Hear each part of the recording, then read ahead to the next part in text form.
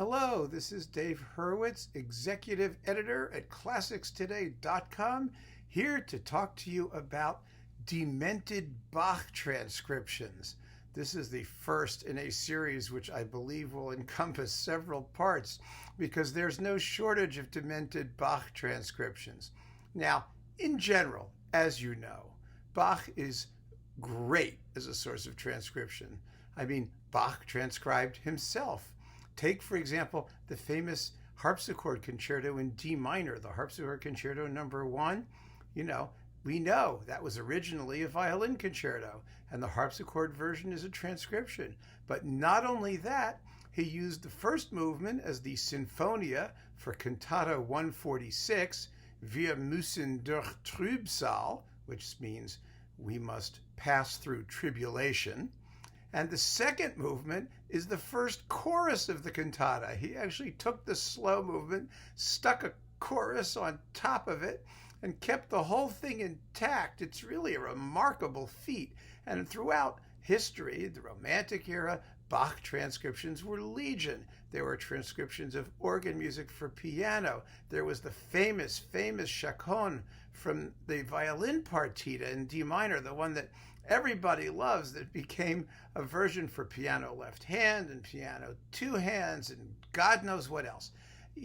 Bach's music has a certain, what you might call, essential substance. That is, the forms and the contrapuntal lines are permanent. They're permanent features, and it really doesn't matter how they're arranged. The music exists, in a sense, independently of the medium. Whatever medium Bach chooses, somehow it works just as well in another medium. So it really doesn't make much difference what plays it. The music is going to sound just fine the way it is. Of course, the way Bach chose to present it matters, and we have to respect that up to a point. But the other reason Bach's music gets transcribed so often, I think, is simply because it's Bach. It's the good housekeeping seal of approval, musically speaking. You can't do better than Bach. So if that's the case, especially if you're playing a less than highly respected instrument, what better thing can you do to gain respectability and class and acclaim than to play Bach? Whether or not Bach would have been horrified at the notion. So I'm going to talk to you about 4 discs because not only are they demented Bach transcriptions, but they tell us something about how demented the record industry is when they make demented Bach transcriptions. I am referring to Bach on the accordion, that most Bachian of all instruments. Now, the accordion was invented in Germany around the 1820s or 30s. This was before it became, the essential instrument for like Polish polka bands and things like that. And in a sense, it's not an inappropriate thing for Bach because it's kind of like a harmonium or a reed organ, and it has a keyboard. So you could argue that Bach's music for keyboard works pretty well on the accordion. But the Goldberg Variations, the whole Goldberg Variations, all of the Goldberg Variations, and that's pushing it. But the crazy thing is that not only have the Goldberg Variations been performed on the accordion, but 3 recordings of it all came out at the same time. And 2 of them, at least, came from like Finland and Estonia. Those areas. What were those people thinking? What do they do up there all winter when they have lots of time on their hands because it's dark?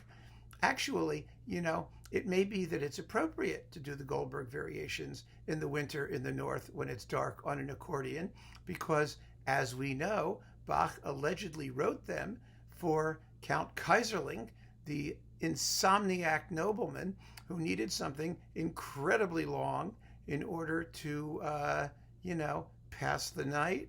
So maybe that's what these people are doing. They're just passing the night. Anyway, first, let's just look at these. This one, this is Dennis, what's his last name? Oh, Patkovich. Dennis Patkovich, doing the entire Goldberg Variations, 74 fun-filled minutes with repeats. Lucky us, right? And then, as if that weren't enough, we got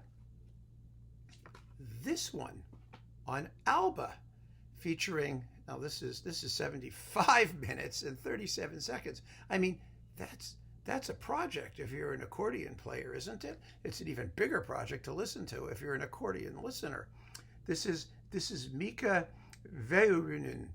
I can't even begin to pronounce that here. You can look at it and you can, I mean, and I'm sure it's easy to pronounce if you come from wherever he comes from.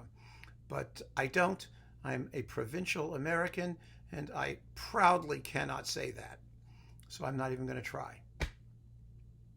Then we get Hanna Rätyä. Rätyä is another one. This was Ondine, obviously from Finland. And look, you get this wonderful picture of his accordion. Look at that. Doesn't that just look Bachian? I mean, this is terrific. Now, this one, I have to tell you, I have it right here. So I have the disc here. I started getting smart and taking the booklets out, you know, so that there's no glare, because I was looking at these videos and seeing that, you know, it was stupid of me. Anyway, apologies to all of you. This one is 38 minutes and 36 seconds long, which means no repeats. He was at least smart enough to leave out the repeats. Thank God. I mean, you know, you got to wonder. But these all came out at about the same time, and I'm like, how much demand is there? Are people like lining up at their accordion stores for the Goldberg Variations? I don't get it. But this one not only has the Goldberg Variations, but you get 33, 34, 35, 36, 37, 38, 39, 40. 8 alternate takes. It's not that you get the repeats, you get alternate takes, just in case the take you heard wasn't thrilling enough. You get to try listening to it again, interpreted on the same accordion by the same guy, somehow differently.